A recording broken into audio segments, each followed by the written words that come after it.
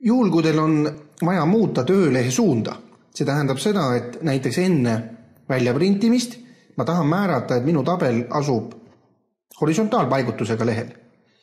Ja teinekord on vaja ka muuta paberi formaati. Näiteks, et vaikimisi on see formaat tavaliselt A4, aga võib-olla mul on printer võimaldab ja ma soovin printida hoopis A5. Nüüd selle jaoks, et muuta lehe sääraseid sätteid siin kalkis, oleks vaja võtta vormindusmenüüst valik lehekülg. Avanevas aknas jälgige, et ülevalt oleks valitud sakk lehekülg ja need peamised valikud, mille pärast me siia tulime, on siin kohe näha.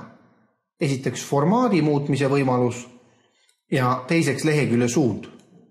Püstpaigutus tähendab siis seda, et on vertikaalselt leht ja rõhkpaigutus tähendab seda, et horisontaalselt.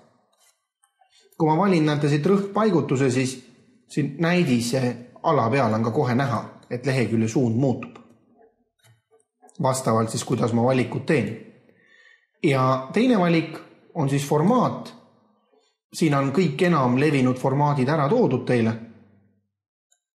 Võite siis valida, mis teil vaja on.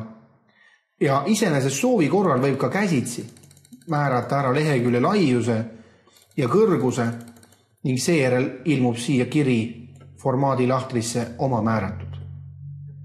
Kui te olete vastavad muudatused teinud, ma näiteks nüüd valin, et mu paberi formaat on A5 ja rõhkpaigutus ehk siis horisontaalselt, siis selle salvestamise jaoks klõpsan nupul sobib.